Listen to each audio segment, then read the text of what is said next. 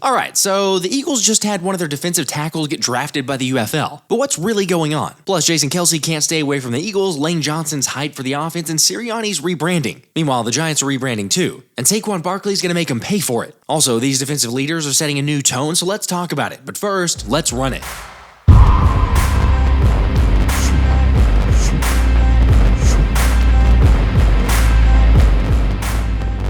What's up, guys? We are back and, had a few days off because my sister got married recently and my emotions have been quite honestly all over the place. But rest assured, it's about to get really busy and we should be back to regular scheduled programming. So let's jump into the first bit of news with the UFL San Antonio Brahmas selecting Eagles defensive tackle Gabe Hall in the first round of the 2024 UFL Draft. However, I know several people reached out wondering what's going on, and although it's just my opinion, I don't think Gabe Hall is going to end up playing for the Brahmas because he'll end up making the Eagles roster. Yet still, I get that it's a strange look. Although according to the rules of the UFL Draft, as long as a player didn't get selected in the 2024 NFL Draft, then they're eligible to get drafted by the UFL. Obviously, the next natural question is why would a team pick a player that might not end up playing for them? But understandably, the hope is that fringe players might consider making a name for themselves and decide to join the UFL instead. No, I fired them, and you're next.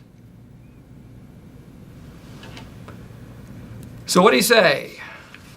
Seriously? Look, I get it that it actually does make some sense for some players to get on teams' radars and improve their stock, except in my bias, I don't feel like Gabe Hall's gonna miss out on the roster. I don't know, maybe I'm wrong, but the fact that he has number 96 as a UDFA definitely doesn't hurt. Plus, remember, multiple outlets are already calling him the next Reed Blankenship, with Ryan Fowler putting Hall as the most likely to make the roster due to his tremendous alignment versatility while also being able to produce against the run and the pass. Also, at 6'6", 290, it's easy to see on the tape that the 23-year-old presents quite a few mismatches. And I watched all of Baylor's games, and just telling you, Hall is the type of player who won't take a down off and can be an absolute game wrecker. Yes, he and the Bears as a whole had a down year after the D-lineman only registered 2 sacks last season. But the potential is certainly there, and you saw it by him beating just about everyone he lined up against at the Senior Bowl. Heck, another NFL analyst even went as far to say he could be vital to help replace Fletcher Cox. Oh yeah, unsurprisingly, he's another athlete that fits the typical mold of what Howie Roseman's looking for, with 34.5-inch arm length and ranking in the top tier of elite interior defensive linemen. Anyway, so like I said, I've talked about Hall in the past, and while I don't see him playing very significant snaps, there's no way in my mind he doesn't make the roster.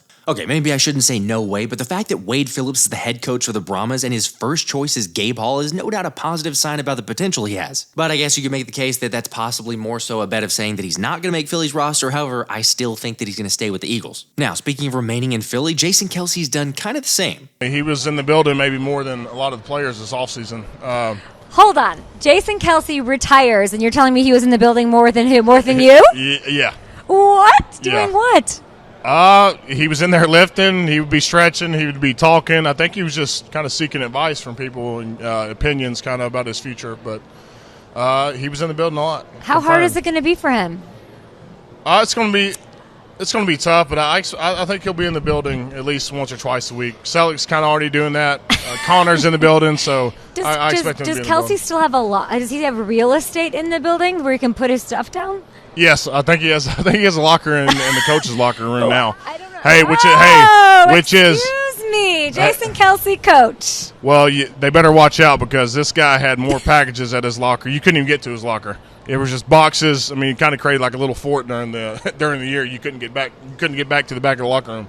So watch out, coach's locker room. Honestly, it's not a surprise that Kelce's hanging around the building as much as he is. I mean, let's be real. Despite Jason signing a contract with ESPN for Monday Night Football, I think it's really a question of when the future Hall of Famer returns in some capacity to the team. Like, seriously, who wouldn't want to see him reunited with Stout to help coach the guys and bring the positive vibes around the locker room? Granted, listening to Pave the Lane, the vibes are high. When you look at your roster in the spring, you can tell what type of talent level you have, what type of ability you might have. So the eyeball test is there, and there's certain seasons when you know you have a loaded roster. So this is one of those years, and obviously the great thing about the NFL, you got to go prove it every week. So we're eager to do that, but just from my experience, we have a blend of older guys, a good young nucleus, hungry, and that's what you need. So really high energy in the building. Okay, I'm just so hyped for the season by now, and it's great to hear that Lane is too, but why not give another giveaway since we just passed 65,000 subscribers? As always, just do me a favor, hit that like button, and then after dropping a like, go down to the comments section and enter Pave the Lane, where one lucky subscriber will be picked during my next live stream to win this signed Lane Johnson jersey via the randomized spinner. Also, I'm just going to say this for every giveaway from here on out, be on the lookout for scammers. I am never going to ask you to pay for anything.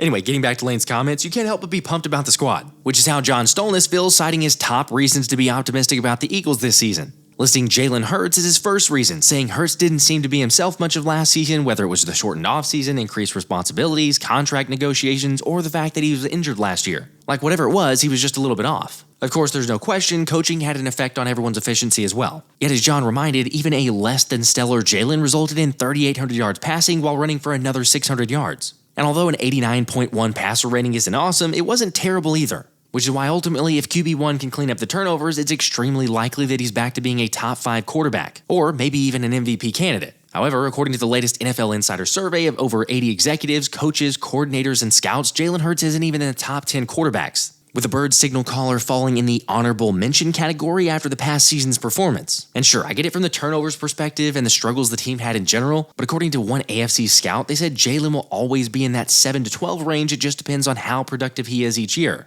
Agree to disagree. Are you kidding me? Jalen's only 25. Oh, and by the way, he was ranked number 6 last year, so he already bucked the trend of 7 to 12. But he's also had a different play caller practically every year, dating all the way back to high school. I mean, I appreciate doubting Jalen only from the perspective of that it fuels his fire to prove him wrong, but I think it's just crazy. Also, I agree with John that Kellen Moore will be a massive upgrade over Brian Johnson, as most of us feel. Now, on that note, I talked more about that and adding elements of pre-snap motion, blitz beaters, hot routes, and everything else in a previous video. And judging by the recent reports of Nick Sirianni very clearly taking a backseat to more as it pertains to the offense, it's fair to say he's living up to the words regarding the new offensive coordinator. Look, I will say kudos to Sirianni for recognizing the need for change. Or who knows, maybe he was voluntold to give up the reins after a meeting with Jeffrey Lurie, but at least he did it. Of course, the area we didn't need change was with Jeff Stoutland, because even though Kelce's gone, Cam Jurgens has a lot of potential to be the guy for a long time to come. Although the right guard spot is one that's very interesting, with Brian Baldinger saying recently that he believes Mekhi Becton will end up being the right guard if he's healthy and that he's the best run blocker on the team. At the same time, Baldy did offer the disclaimer that the job as of right now is probably still Tyler Steen's to lose. One that Johnny Page would caution if it is Steen, then it could be an up and down year. Because although he didn't look out of place and had some very positive reps in the run game, flashing an ability to move defensive linemen, he obviously wasn't ready as quickly to beat out Suo Opeta when Philly had to insert a guard. Yet having said that, Johnny's putting Cam Jurgens' play as a big catalyst for Steen's progression, with Johnny still feeling like Steen gets the nod over Becton. Now, personally, I keep going back and forth because honestly, I could see it both ways, but either way, I'm really not concerned about the O-line. Which is the same way Saquon Barkley feels, getting to play for a side that values him and has actually invested in significant pieces to make his life easier. And seriously, who didn't love seeing how poorly this played out for the Giants? Saquon thing. I just got a text that Chicago's driving the price up and Philly's out. I don't know if that's true or not. Did that go the way you thought it was going to go? Nope. All right, I'm going to call Saquon's guy. 12.5 APY, 25 guaranteed. North of that? Again, we're not gonna go there. We're out. Is it in the division? I'm trying to prepare myself mentally for what's gonna happen. I mean, that's all. This doesn't make logic. Where's the logic? Saquon, 3 years, 37.75. Be worth up to 46.7. So he got north of that. 26 guaranteed.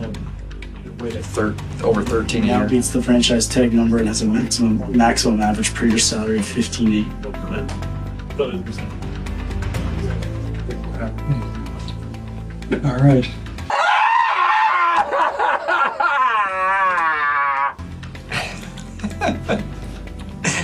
We're gonna be fine.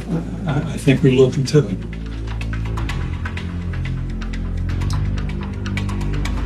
I've said it before, but they absolutely botched this whole thing. Despite what some accounts shared and or Hard Knocks suggesting that Saquon Barkley did in fact get an actual offer, multiple reporters refuted that claim, sticking to what Saquon said originally, that he never got an offer from New York. Of course, that's not all he said, recently telling the Enquirer's E.J. Smith that he's focused on turning negative interactions into positives while proving the naysayers wrong. Saying anyone that tells you you don't get motivation from naysayers is lying. You see everything. Even if you block it out, you make stuff up in your head, the motivation comes from me wanting to be great, having a purpose, being passionate about the game, and wanting to win championships and become a Hall of Fame player. Now, Barkley also did admit that he realizes he's not near that category right now, but he wants to finish off the second half to get to that point, which honestly should be terrifying to the rest of the league. Since the 27-year-old future All-Pro has been getting in crazy work the entire offseason, is ready to prove why he's one of the best, if not the best runners in the league. I mean, that's something NFL.com might argue after listing Saquon as one of their best bets for long shots of the award. Granted, plus 1,800 odds aren't exactly long shot numbers, but it's not a bad payout considering the fact that Barkley should have a dominant impact in his first season in Philly. Plus, add him into Kellen Moore's scheme, along with the dynamic offense and stacked offensive line that he's never had in his career, and crazier things have happened. However, I'll be honest, I don't think that Saquon ends up winning Offensive Player of the Year due to usage, but still, to make Pro Bowl and All-Pro, that seems very realistic. Oh yeah, it's blatantly obvious based on reports and insights from players, but Saquon is just changing the culture of the locker room, which is the same thing new linebacker Devin White has been doing.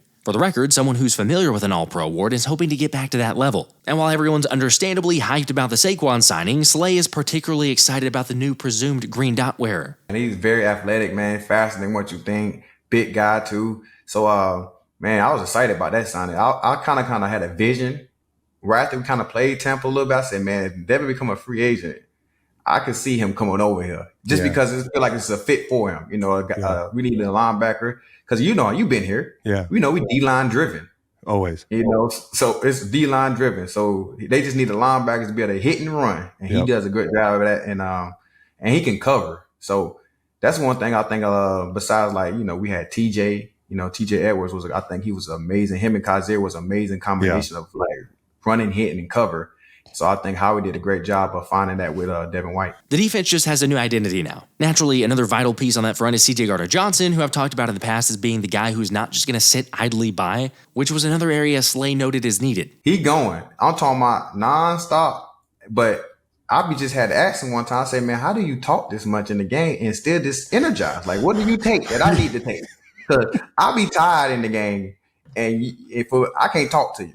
But for him, he talking every play. Mm-hmm. Every play, and it's good energy. It's great energy, man. Because he letting everybody have it. You know, he's very communicative. So, but I can't talk that much. I'll be too tired. I don't think there's a question that this group complements each other in so many ways. And also not a bad thing for Slay to compare Jalen Carter's style of play to CJGJ, saying they're both guys that get going, trash talk, and then back it up. Which, that character and swag is something we've all said for forever that we needed last season and absolutely did not see. Also, speaking of that support, CJ was rocking a Jalen Hurts jersey on the stream recently, which is pretty cool to see. And another quick note for those wanting to meet Isaiah Rodgers and get an autograph, he will be at the Ashland Distillery in Morrisville on Saturday from noon to 2 p.m. Oh yeah, not a huge surprise, but notice the cornerback and kick return label on the graphic. I mean, why wouldn't you want Zay returning kicks anyway? So maybe that's something we start seeing at training camp, which speaking of is practically here, and we're about to have all those camp battles and questions answered, with the first practice taking place on Wednesday, July 24th. So remember to turn those notifications on and make sure to subscribe because we'll have the latest recap and coverage from all the Eagles practices. Until next time, this has been the Philly Special.